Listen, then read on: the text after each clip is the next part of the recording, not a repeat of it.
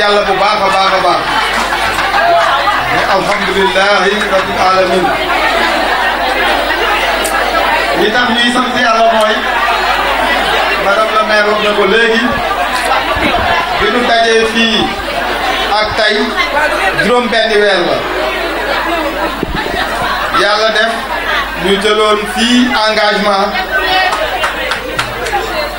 bi ko ma jigéen xalaatee am ñun si àndal ñu dañoo am lu ñu bëgg a taxawal tudde ko avec Tafa ma ni ko loolu dañ koy rafetlu parce que lépp lu jëm si jigéen ñi rek pour jàppale leen loolu defe naa ni nun dañ koy cautionné ñu taxawoon fii ni li nu bëgg mooy carte yooyu bu ko nit ñi jëndee mën nañ koo jënd individuellement c'est-à-dire kenn ku ne ñëw jënd carte wala groupement bi ñëw jënd carte mais fas yéene nañu incha allah rabi pour accompagner leen ci départ bi si juróom benn weer yi parce que at la ñu waxoon sax mais ñu jàpp ni tabaski del jub si na te bu tabaski jotee même bu doon ñaar téeméer nga dugal ñaar téeméer yooyu ñu delloo la ko dafay jaaru ngir tabaski bi waaye at lañ ko jàppoon waaye yàlla def boobaak léegi juróom benn weer la yàlla may ñu tal ko fekke ba la ñu waxoon ni daanu dugal 300 000 par mois loola yàlla def mu antu donc loolu la ñuy sant yàlla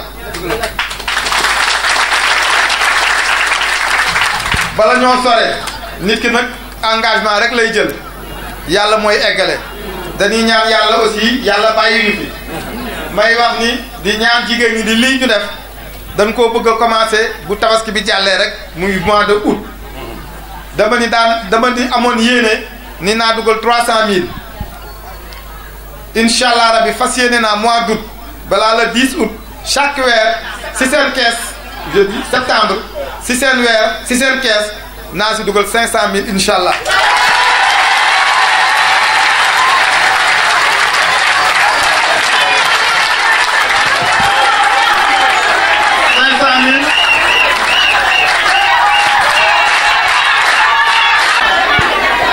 multiplié ko par 12 dama ni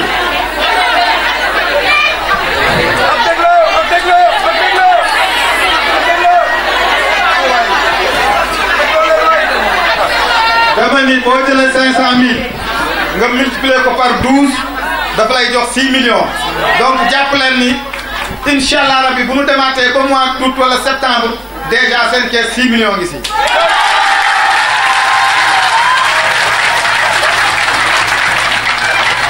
leneen li ma siy dolli mooy comme yenn saa yi nag nit bu waxee ñu ni du am yàlla def na ni nag yàlla moo yore dundu doomu aadama dañuy ñaan yàlla dundu fekke waaye dama ni même bu ma fekkewul sama njaboot a ngi toog sama soxna a ngi toog samay doomul may dégg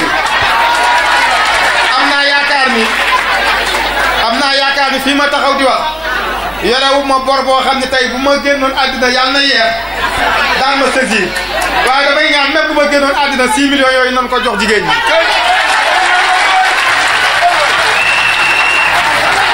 parce que am naa yaakaar ni bu ñu jaayee ñaari kër rek nga la ñaari terrain mën na mat 6 millions loolu engagement ferme la boo xam ni bu si kenn del si waat loolu précision bu ma doon def rek la maintenant ma ñëw nag si vraiment nuyoo yi li ma gën a neex tey si jotaay bi mooy yàlla def na ni tey ñii fi teew dama leen koy dénk rek parce que yàlla dafa def dama seetlu ni lu mat at a ngi nii lépp loo xam ne dañ koy def jëmale ko si askanu Pout mu doon lu baax wala mu doon lu rafet wala mu doon loo xam ne da leen di jëmale kanam rek dañ koy ñaan dañ koy critiquer ma dem ba ni am na ñoo xam ne dafa mel na bugguñu surtout jigéenu Pout jëm kanam su ngeen génnee ñu ni dañ leen a woowoon doon leen jënd waaye dafa naan réponse bi lu yomb la mooy du tay lan fi mos a woote te mosuñu fay woote te fii feesul donc yéen xaalis indiwu leen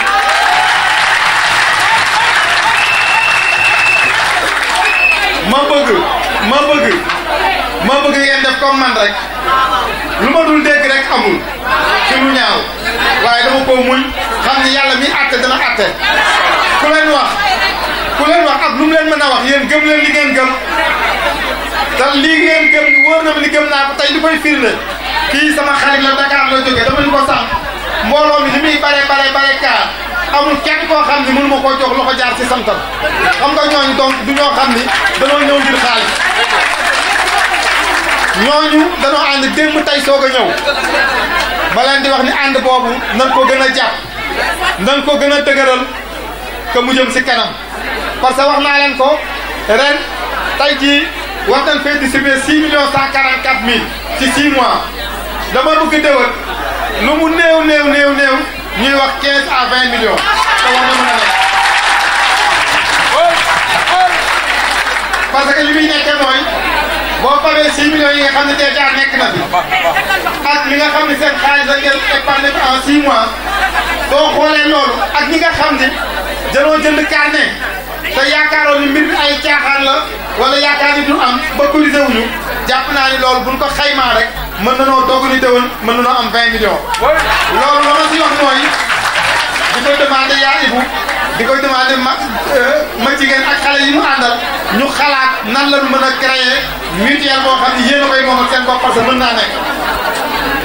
parce que wax naa ni naa si def juróom-benn million waaye sama ay xarit sama ay mbokk ak ñi nga xam ne wax dëgg yàlla am naa yaakaar si ñoom projet bi dana egg si ñoom te daan si dugal seen loxo bii dugaluñu si seen loxo parce que dafa xatoon ba mujj ma leen ko mën a wax waaye bii am nañu at sa kanam incha allah rabbi képp ku ko war a yëg dana ko yëg te bu neex yàlla ñoom it daan si dugal seen loxo bu ko defee li ñuy wax rek mooy di leen sant bu baax a baax si qualité gi ngeen am parce que xaalis même bu dee 1000 francs yaa ko moom soo demee di ko jox nit di ko dénk doo ko jox mukk koo wóoluwul donc da ngay ñëw wóolu xale yi wóolu ma jigéen wóolu yaa Ibou ñoom it ñu tën a wóolu xale yi ngeen di fa par dërëm par ñaar dërëm di ko dajale tey ba mu mat 6 millions te ma jigéen ni mu ko waxee noonu la demee kenn amu si 100 francs si ñoom 100 francs loolu nag mooy ànd loolu mooy détermination tey mën naa ni bi ma dalee politique ba léegi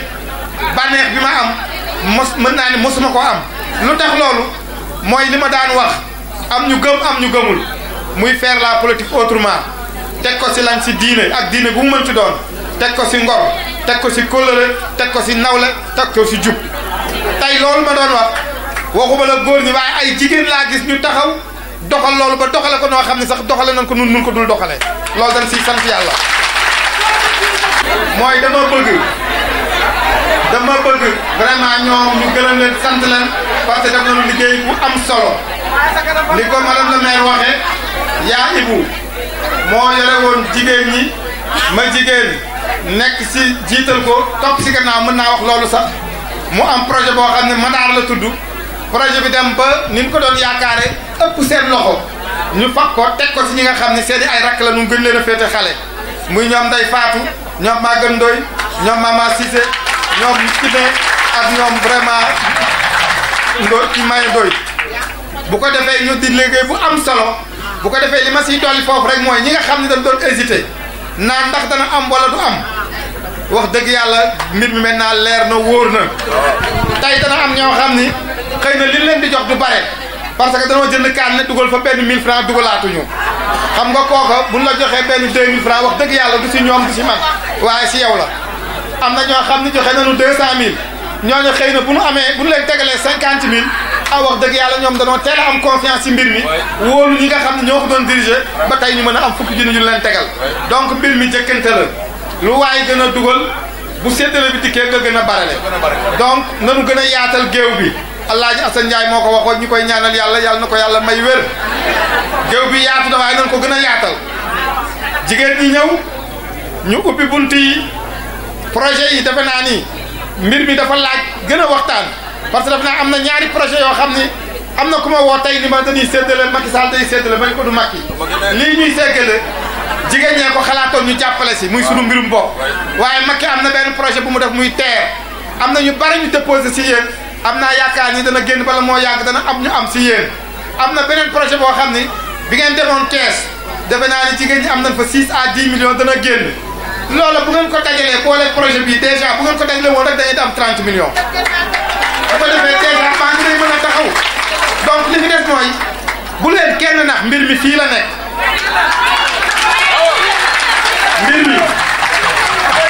mbir mi fii la nekk bu dee ñun ak ñoom ñun ñoo ko yore bu dee état ñun lay waxal projet bi ñu déggee coow li bare woon na mais projet Macky Sall la Macky Sall nag projet bi amul politique ñëpp la si dugal waaye ba tey duñ si def dara loo xam ne man yëguma wala xawuma ko donc kenn mënu fee def dara lu jógee si état te jaarewul fii parce que loolu la yàlla tudd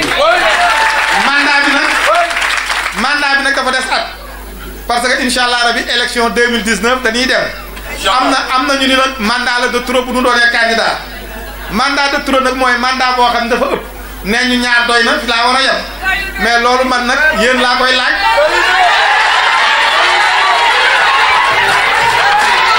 ñëpp yi dégg nanu jàpp ni Moustapha Sarr ak ñi muy àndal candidat lañu en 2019 on est satisfait on est content dans la mesure où ce qu'on a vu aussi vous l'avez constaté au moins il y a 600 à 700 femmes leaders, je dis bien femmes leaders. Qu'est-ce qu'on va faire aujourd'hui? C'est qu'on a un projet qui s'appelle Avec Tafa. Avec Tafa. C'est des carnets d'épargne. Bon, en fait, ça peut être personnel comme ça peut être groupement. Moi, j'avais pris l'engagement en février de verser chaque mois 300 000 pour leur appuyer. Aujourd'hui, c'est ce qu'on est en train de distribuer. On a 6 140 000 sur la table qu'on va distribuer à ces braves femmes-là. J'ai pris l'engagement aussi que désormais, au lieu de verser moi personnellement 300 000, chaque mois je vais verser 500 000 pour ces femmes-là, plus maintenant leurs épargnes. Donc notre projet, en fait, c'est d'avoir au moins 15 à 20 millions l'année prochaine. Donc vraiment, c'était ça aujourd'hui, notre cérémonie. Je suis vraiment content et je remercie l'ensemble des filles qui ont œuvré pour que cela puisse se produire aujourd'hui. Je vous remercie.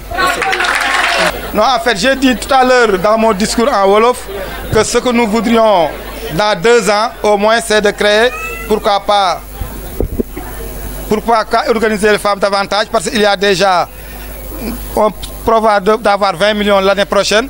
Il y a aussi l'ensemble des femmes qui sont ici, ils ont déposé pour le terre.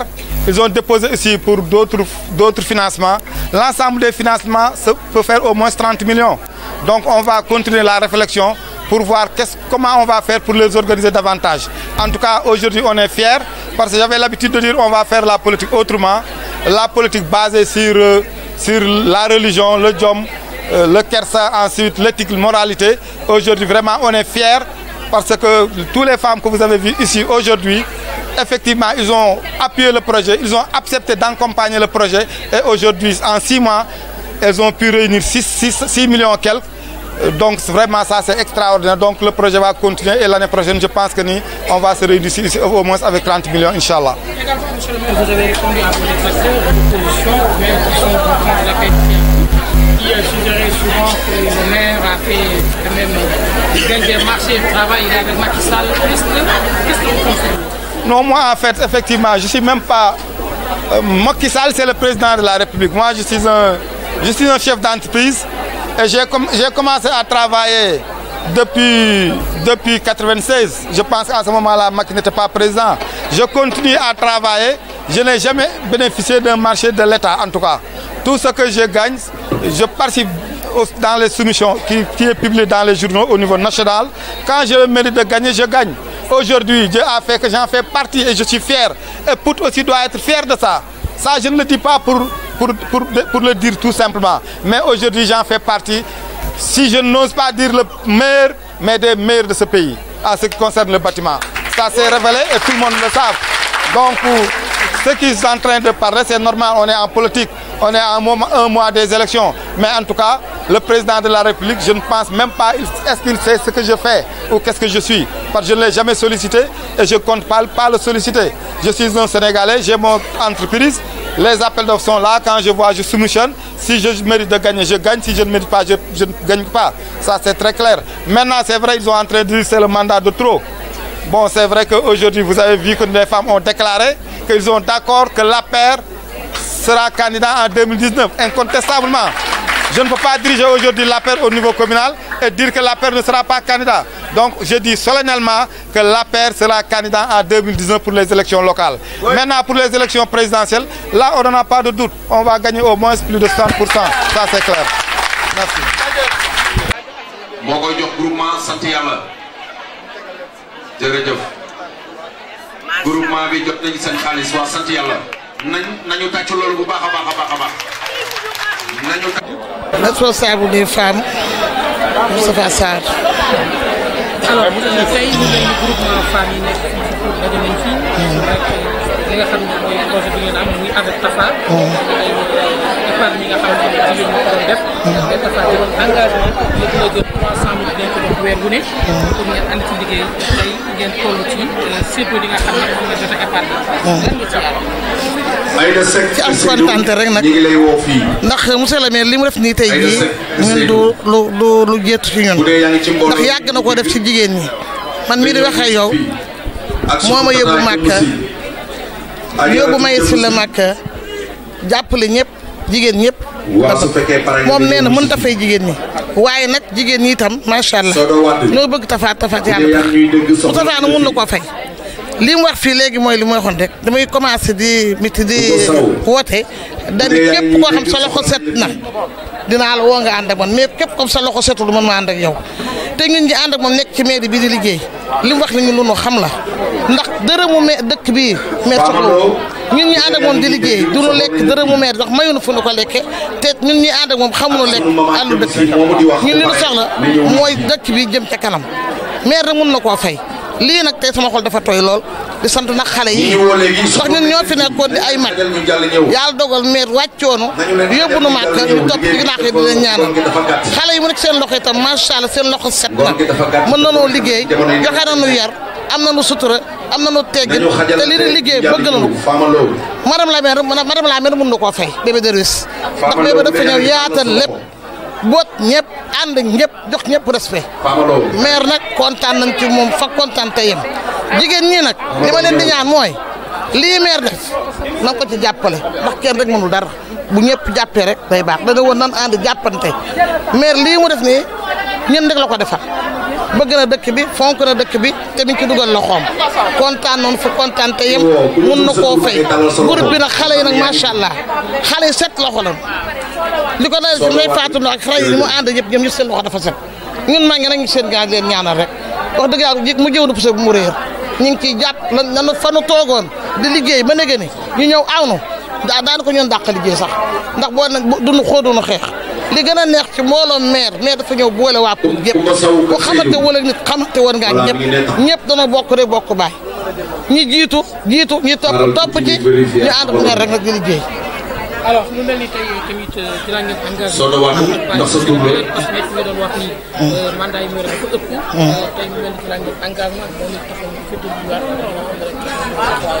bu engagement bi dara lu may nag bëgg a jëlaat dëkk bi rek ndax maire da koo liggéey topp ci ginnaaw Macky Sall Macky dem premier tour Moustapha Sarr dem premier tour ñu àndaat boo ko liggéey Sénégal ñun loolu la ñu gis te lii xale yi ànd di ko liggéey du nu ma sa yor ci ginnaaw nanu topp woon Tafa démb ki démb ba tey noonu koy toppee ndax dëgg la ñu xam ci moom ak nangoo liggéey ak bëgg dëkk ñu xool ba xam jaawale wu ñu. alors ban appel ngeen di lancé président Macky Sall Marième Faye Sall ak ñëpp ñu xool jigéen ñi seen taxawaay ci Pout ak liggéey bi nga xam ne yéen a koy def maire kese ay moom taw. waaw li ma soxla rek mooy président na jàppale Moustapha Sarr ci jigéen ñi Marième Faye Sall na xool jigéen ñi Pout jàppale leen ndax ñee nga ca marché ñee nga garage ñee nga ci tool te ñëpp liggéey la mu xam kon dana dugal loxoom ci Pout gis nañu nag bii yi mu jóge ca garage gis nañu ko mais dañoo bëgg na bu nga dugal loxoom ci biir Pout jàppale jigéen ñi ba jigéen ñi ko ci nekk rek am foo mën a jàpp ndax loolu la ñu soxla nanu jàppale ci biir ak ci biti ñun dégg naa nag monsieur le président nag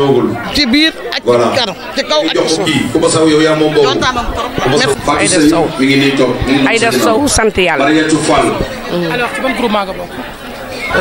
ñun dañoo am suñu association sant yàlla mbootaay la. alors très bien ñu mel ni tey di ngeen fi liggéey di ngeen jot a denc ci koppor ak accompagnement bi leen maire accompagné. waaw soxna Thiam absent la ñu wax. li ni mel tey yéen lan ndax gis ngeen ci seen bopp. lenn de dama la koy wax. lenn dama la koy wax. monsieur le maire même bu dul lii yàgg nañoo defal. yàgg nañoo jàppale yàlla rek lay waxal. yàgg nañoo jàppale. yàgg nañoo dimbale. waaye nag bii nag dafa rawati nag ndax bii daf ñoo won yoon. indi leen seen ñaar dërëm. indi leen seen ñaar dërëm. ma dolli leen si juróomi dërëm. loolu ku mu doyul dara dootu la doy. te ñun dañuy sant yàlla ndax moom zéro faute. vraiment tey jii mbooloo mi ku si nekk mën naa jaar sa tur ak sa sant. ñëw ba sa kër nga am bànneex mu ñëw nga am naqar mu ñëw àdduna yëg rek moo fi ne li complément la rek waaw. alors mu mel ni tey jigéen ñi ku liggéey ku ne da ngay fayeeku ba ñuy xool Tabaski charge yi day bëri. tey li nga xamante ne moom ngeen moo leen dajale fii. waaw dajale bi mooy li ma la wax rek mooy ndimbal bi rek ba tey rek moo waral lii yëpp rek Tabaski bi ñëw na. père de famille mère de famille ku ne xam ne jamono métti na lépp góor ñi manewu ko mais je pense bien que tey moom ça va aller dina neex incha allahu rabi waaw fekkee rek daal la ñuy ñaan te tal ko yow sax am na nu muy demee sax ñu yeewal la xar booy dem. ok merci. Voilà, je me nomme Gora Mbaye, conseiller municipal et président de la commission de la jeunesse à la mairie de Pout. Quel est l'objet de cette rencontre? Voilà, cette rencontre, je peux dire que c'est un couteau à double tranchant parce qu'aujourd'hui, derrière nous, le maire est en train de remettre de l'argent à ces braves femmes. Cet argent-là est destiné à les appuyer pour la fête de la Tabaski. Cet argent-là, ce sont les femmes eux-mêmes qui l'avaient épargné. Mais chaque mois, le maire décaissait 300 000 francs de son propre argent pour les appuyer. Et ça fait de cela 6 mois. Aujourd'hui, ils sont là pour distribuer cet argent entre eux. Maintenant, nous, en tant que jeunes, l'objectif de ce point de presse-là, c'est au moins de parler. Parce que qui connaît Pout sait que c'est une ville très calme. Voilà, on ne réclame pas. Mais aujourd'hui, c'est de notre devoir. Parce que nous sommes de l'APR, encore une fois. Nous soutenons le président Macky Sall. Nous sommes là aujourd'hui pour alerter le président. D'accord, il a battu campagne à Pout. Mais n'empêche, le président était trop faible à Pout. Je peux même vous dire que lors des récentes élections municipales, l'APR, en tant que parti au pouvoir, n'avait que 265 voix sur 19 bureaux de vote et sur 7 centres de vote. Dans toute la commune, il n'avait eu que 265 voix. Maintenant, le président Macky Sall, par l'intermédiaire du coordonnateur départemental, M. Augustin Tine, a fait appel au maire pour qu'il vienne travailler avec le président. Et le maire aussi a répondu favorablement. Et depuis lors, c'est l'APR qui gagne toutes les élections. En raflant tous les bureaux de vote, je peux dire même.